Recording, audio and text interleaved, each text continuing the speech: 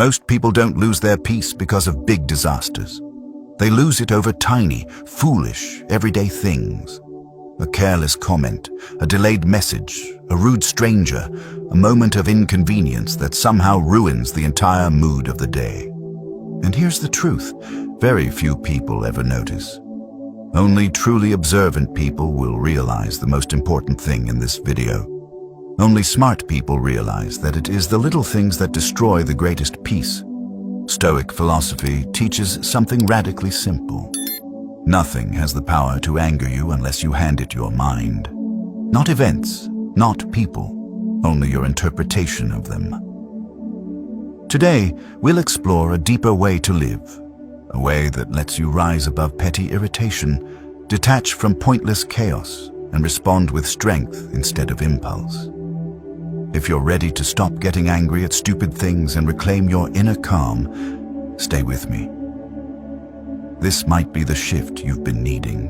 1. Realize the enemy isn't the event. Anger doesn't erupt because of what happens. It erupts because of the meaning your mind instantly assigns to what happens. A situation itself has no emotional charge. It's your interpretation that turns irritation into frustration, and frustration into anger. A delayed reply becomes an insult. A careless comment becomes disrespectful. A small inconvenience becomes a personal attack. But none of these reactions come from the event. They come from the story your mind rushes to construct around it. Stoicism teaches that the moment you separate the fact from the interpretation, you reclaim control over your emotional world. Epictetus expressed this truth clearly when he said, "Men are disturbed not by things, but by their opinions about things." Your opinion, not the event, is what ignites the fire. Notice what happens when someone interrupts you. The interruption is neutral. Your mind adds, "They don't value what I'm saying." Someone forgets a promise. The forgetting is neutral. Your mind adds, "I'm not important to them." Someone makes a thoughtless mistake. The mistake is neutral. Your mind adds, "They're making my life harder." When you learn to see this gap, the space between the event and the meaning, everything changes. You stop reacting to the world and start responding to your own thoughts. You stop blaming circumstances and begin questioning interpretations. Ask yourself in the heat of the moment, what actually happened? And what meaning did I add? This single question gives you back the power you often surrender without knowing. And once you can separate reality from the story, anger loses its ability to control you. 2. Build calm like a muscle. Through daily practice, calmness is not a personality trait. It is a discipline, a trained response, a muscle strengthened through deliberate repetition. The people who appear naturally composed aren't gifted with some mystical inner peace. They've simply practiced the art of not letting the world provoke them. Stoicism teaches that emotional stability comes from preparation, not luck. When you wait for chaos to strike before learning how to stay calm, you're already too late.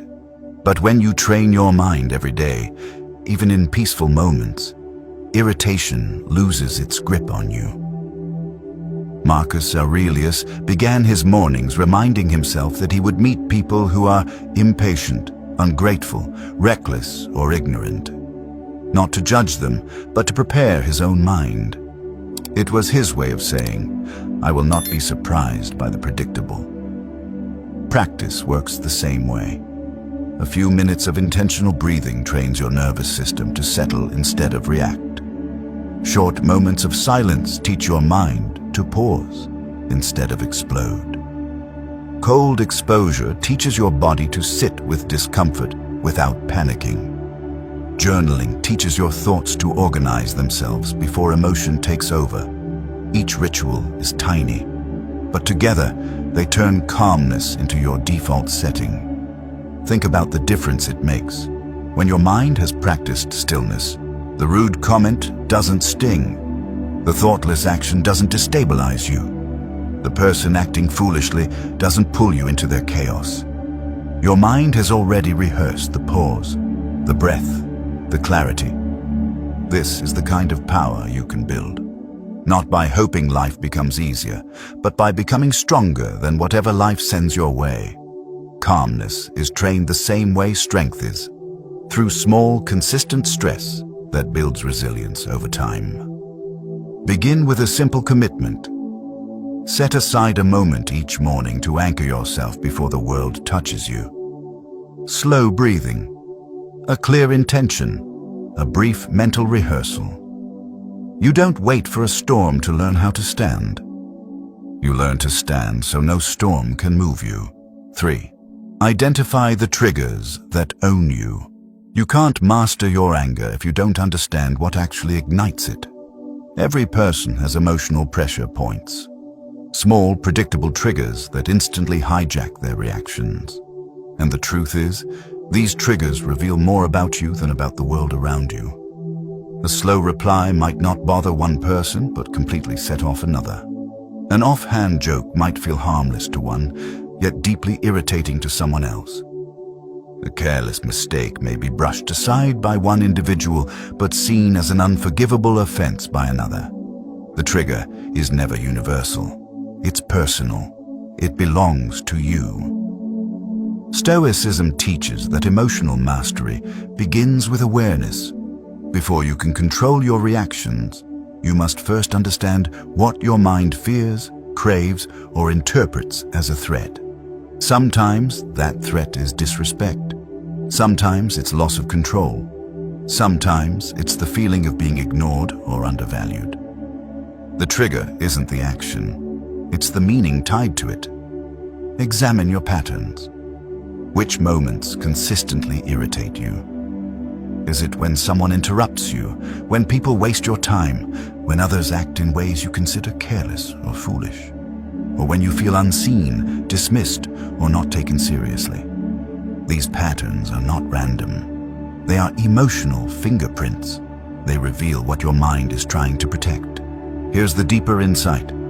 Anger often appears when something touches a wound you haven't acknowledged. Irritation is rarely about the present moment. It's about something older being pressed. This is why the same trigger keeps showing up. Not because life is unfair, but because your mind is asking you to pay attention. A powerful Stoic practice is to map your triggers. Write down the situations that repeatedly provoke you, not to judge them, but to understand them. Once you can predict a trigger, you can prepare for it. And once you can prepare for it, you no longer fall into automatic reactions. Awareness turns the trap into a choice. It transforms the moment from "I can't help it" into "I see it coming." And when you can see it coming, you can decide what kind of person you want to be when it arrives. Mastery begins where autopilot ends. Knowing your triggers is the moment the autopilot finally turns off. 4. Pause before you react. It changes everything. Anger thrives in speed. The faster you react, the more you lose control. The moment you slow down, even for a breath, the emotion loses its dominance. This is why the Stoics treated the pause as a form of power. Not weakness, not hesitation, but deliberate control over the impulse to explode. When something irritating happens, your nervous system triggers a quick surge of adrenaline. If you act inside that surge, your reaction is raw, unfiltered, and often regrettable. But if you wait just a moment, long enough for the wave to rise and fall, clarity returns and the emotion weakens. Marcus Aurelius practiced this daily. He reminded himself that nothing deserves an instant reaction, because instant reactions belong to instinct, not to wisdom. The pause gives you space to choose the version of yourself you want to be, rather than the version your emotions demand. Imagine receiving a rude comment. The irritation rises instantly. Normally, you would fire back, defend yourself, or escalate. But instead, you inhale slowly. You let your jaw unclench. You feel the tension, but you don't obey it. Within seconds, your mind begins to interpret the moment differently. You see the insecurity behind the insult. You recognize the pettiness in the behavior. You realize you don't need to engage. This is the power of the pause. It interrupts the chain reaction between stimulus and response. It gives your rational mind a chance to step forward and your ego a chance to step back. Try practicing a sacred moment of stillness. Feel the irritation without becoming it. Observe the emotion without acting on it. Let the body's reaction rise and fall before you speak. The world will expect you to react instantly. People who seek chaos want a fast response. They want emotional fire. When you refuse to react on their timeline, you take the power away from them and return it to yourself. Every time you pause, you rewrite the pattern of your life. You train your mind to lead instead of follow.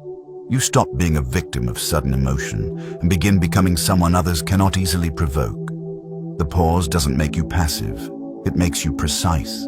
And in a world full of noise, precision is a superpower. 5. Let people be who they are without letting them control you. One of the biggest sources of unnecessary anger comes from expecting people to behave the way you believe they should. You expect competence, you expect maturity, you expect kindness, logic, awareness, or basic courtesy. And when someone fails to meet that expectation, anger rises instantly. Not because of who they are, but because of who you wanted them to be. Stoicism cuts through this illusion with a single truth. The world will not bend to your preferences. People will act according to their nature, their habits, their limitations, their upbringing, their level of awareness, not according to your standards. The more you try to force them into your ideal version, the more you suffer. Marcus Aurelius reminded himself that he would encounter people who were impulsive, ungrateful, careless, selfish, or unaware. Not to resent them, but to prepare for them. He understood that irritation comes from surprise, the shock of expecting someone to be different than they are. Remove the surprise, and the anger fades with it. Think about the moments that frustrate you. The coworker who repeats the same mistake, the friend who never listens, the stranger who acts without thinking. You aren't upset because the behavior exists. You're upset because you believed it shouldn't exist. But beliefs do not change reality. They only amplify your pain. Let people be who they are, not to excuse them, not to justify their behavior, but to free yourself from reacting every time someone's limitations show. This doesn't mean lowering your standards. It means adjusting your expectations so you no longer give others the power to disrupt your peace. You can acknowledge someone's patterns without internalizing their chaos. You can recognize someone's shortcomings without absorbing their emotional weight. Instead of thinking, they shouldn't be like this, shift to, this is who they've shown themselves to be, and I decide how close I stand to it. That shift gives you freedom. It turns frustration into clarity. It transforms emotional reactivity into emotional intelligence. And the truth is simple. You waste far less energy when you stop trying to redesign people and start choosing how you engage with them. You stop fighting battles you can't win and start protecting the peace you can't afford to lose. 6. Detach from other people's foolishness. There is a kind of peace that only appears when you finally stop letting the foolish behavior of others dictate the state of your mind. It is the peace that comes from detachment. The ability to see ignorance, pettiness, or carelessness and remain centered instead of getting dragged into emotional mud. Detachment is not indifference, and it's not weakness. It is the highest form of self-respect. It means you refuse to let the smallest minds pull you away from your highest values. Stoicism teaches that if you become upset every time someone behaves foolishly, you've handed them the keys to your inner world.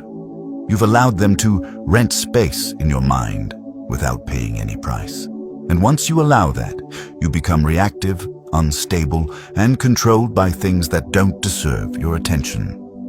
The Stoic understands that not every action requires a response, not every comment deserves energy, and not every behavior needs to be taken personally. Think about the moments when you've been pulled into someone else's nonsense. A person online leaves an insulting comment, clearly trying to provoke a reaction. Someone at work makes a careless mistake and then tries to blame you. A stranger acts rude for no reason other than their own frustration or lack of self-control. The typical response is to match the energy, to defend, to fire back, to correct, to argue. But none of these responses bring peace. They only deepen your involvement in chaos that never belonged to you in the first place. The Stoic approach is different. Step back, observe, and detach. Ask yourself, does this deserve my energy? Does this align with who I want to be? Or am I about to let foolishness drag me down to its level? Most of the time, the answer is clear. And when you step back, you don't just save your peace. You gain clarity.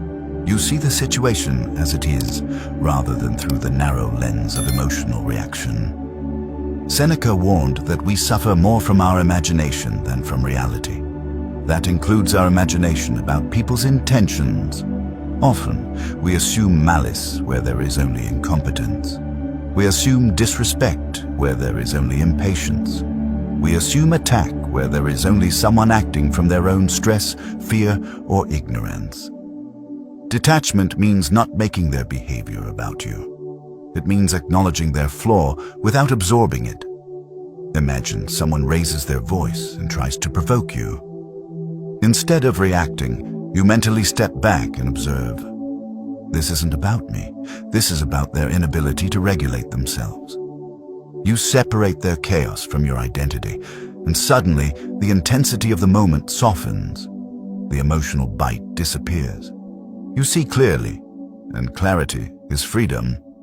Detachment becomes even more powerful when you realize that foolishness is everywhere. People rush without thinking. They speak without awareness.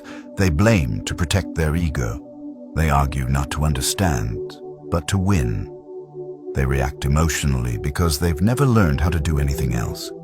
If you let every one of these moments take you personally, your life becomes one long emotional battle. But if you detach, your life becomes steady, spacious, and grounded. There is also a quiet strength that comes with refusing to fight battles that are beneath your values. Not every insult requires a comeback. Not every mistake requires your outrage. Not every foolish comment needs your correction. When you detach, you choose your battles with precision, and most of them are not worth fighting. You save your energy for the moments that matter, turning your attention into a powerful form of discipline. Detachment doesn't mean silence in the face of harm or injustice. It means choosing responses that come from wisdom, not from impulse. It means walking away when the situation is beneath your peace, but speaking firmly when your boundaries genuinely need defending. It means knowing the difference between reacting to nonsense and responding to what truly matters. A practical way to practice Stoic detachment is to describe the situation in neutral language before interpreting it. Instead of saying, "They disrespected me," say, "They spoke loudly." Instead of, "They're trying to embarrass me," say, "They commented." This shift sounds small, but it removes the emotional charge long enough for your mind to reset. Through neutral language, you separate fact from narrative, and you stop giving foolish behavior the power to dictate your state. Another powerful method is to pause and internally label the behavior without emotional language. That is impatience. That is insecurity. That is a lack of awareness. That is an untrained mind. Labeling helps you detach. It prevents you from turning someone else's mistake into your emotional burden. You become an observer instead of a participant.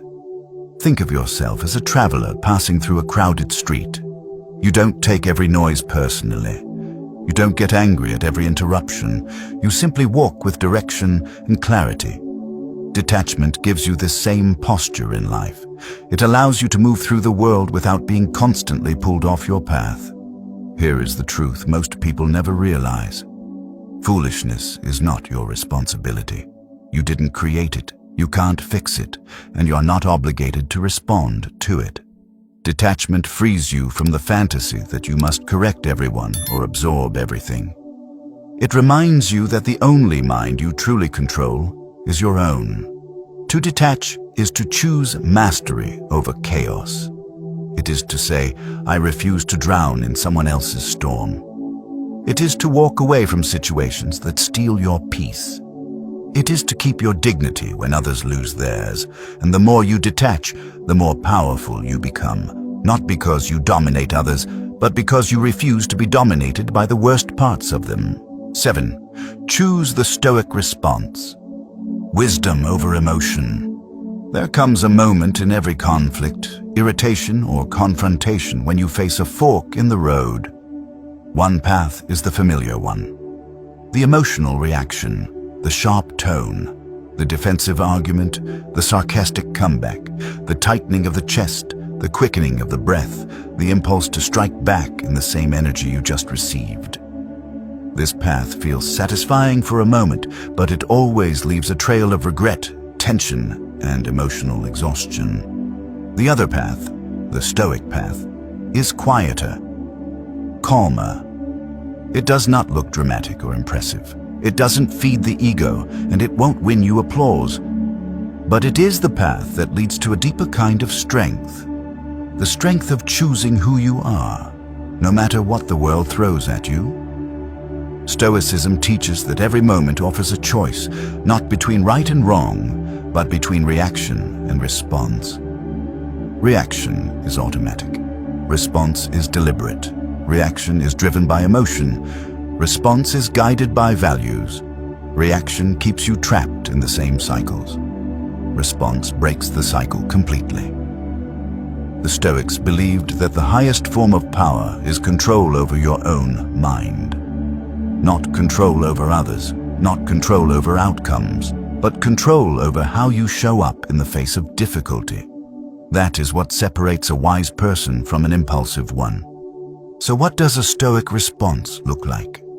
Sometimes it looks like silence, not the silence of weakness, but the silence of mastery. The kind of silence that says, I don't argue with foolishness. It is the silence that refuses to give cheap behavior an expensive reaction. It is the silence that protects your dignity when someone else has lost theirs. Sometimes it looks like clarity, a simple, firm, direct statement that sets a boundary without adding unnecessary emotion. Something like, this doesn't work for me, or let's revisit this when things are calmer, or I won't continue the conversation in this tone. These sentences are not explosive, but they are incredibly powerful. They shift the dynamic from chaos to respect without engaging in hostility. Sometimes it looks like distance, not as punishment, but as self-respect. When someone repeatedly shows that they thrive on drama, disrespect, or immaturity, the Stoic response is to reduce their access to your life. You can care from afar, listen with caution, or engage with limits, but you do not allow them to shape the emotional climate of your day. And sometimes the Stoic response looks like walking away altogether, not out of anger, but out of wisdom. You simply choose not to fight battles that do not align with your values, your growth, or your peace. Walking away is not quitting. It is choosing not to waste your energy on situations that cannot be improved through your involvement. The beauty of the Stoic response is that it always begins with the same moment, the pause, the breath, the space between stimulus and action. In that short space, you get to decide who you will be. You get to choose whether you will mirror someone else's chaos or act from your own clarity. You get to choose whether you will let anger lead you or whether you will let wisdom guide you. Imagine being confronted by someone who is clearly trying to provoke you. Their tone is sharp, their words are unnecessary, their behavior screams insecurity. The emotional reaction would be immediate. A raised voice, a cutting remark, a counterattack. But the Stoic response is different. You pause, you breathe, you evaluate. You ask yourself, what outcome matters here? Is my ego trying to take over? Is this even worth the energy? And suddenly the moment changes. You see the situation from a higher vantage point. You realize the person in front of you is not empowered. They are drowning in their own emotions and trying to pull you into the same water. When you refuse to step in, you do not lose, you rise. Choosing the stoic response isn't about appearing calm. It's about actually being calm. It's about understanding that every emotional outburst steals something from you, your peace, your clarity, your dignity, your control. When you respond from wisdom instead of emotion, you begin to reclaim those things piece by piece. Another part of the stoic response is understanding that not everything deserves the same level of energy. Some situations call for direct communication, others call for quiet detachment. Others call for boundaries, and others call for no response whatsoever. Wisdom is knowing which is which. You learn to ask, is this worth correcting? Is this worth discussing? Is this worth defending? Is this worth my time? Is this worth my peace? Most of the time, the answer is no. And that no becomes your freedom. The stoic response is essentially the art of emotional conservation. You preserve your energy for what truly matters. You refuse to waste your emotional currency on what is beneath your values. You prioritize your mental clarity over temporary satisfaction. This is not about being passive. It's about being strategic. It's about using your intelligence instead of your impulses. It's about refusing to let foolish behavior define your state of mind. There is also a special kind of strength in being misunderstood without feeling the need to fix it. The emotional reaction tries to correct every perception. The stoic response understands that people's opinions are outside your control. Your job is not to manage how others see you, but to manage how you see yourself. When you choose the stoic response, you shift from being reaction-driven to being value-driven. You become someone who cannot be easily provoked, manipulated, or thrown off center. You become someone who leads with intention, not impulse. When you step back and look at the journey we covered, the truth becomes clear. Anger at small, foolish things isn't a sign of a chaotic world. It's a sign of an untrained mind. But the moment you learn to separate facts from interpretation, strengthen your calm through daily practice, understand your triggers, pause before reacting, accept people as they are, detach from their chaos, and choose responses guided by wisdom rather than emotion, everything changes. You become someone the world cannot easily provoke, someone who protects their peace with intention, someone who responds from clarity, not impulse. You don't need perfection. You only need one technique to begin. Choose one practice from this video and use it today. Thank you for watching, for investing in your growth, and for choosing to become wiser, calmer, and stronger. If this brought you value, remember to like, comment, and subscribe. See you in the next video. And until then, guard your inner peace fiercely.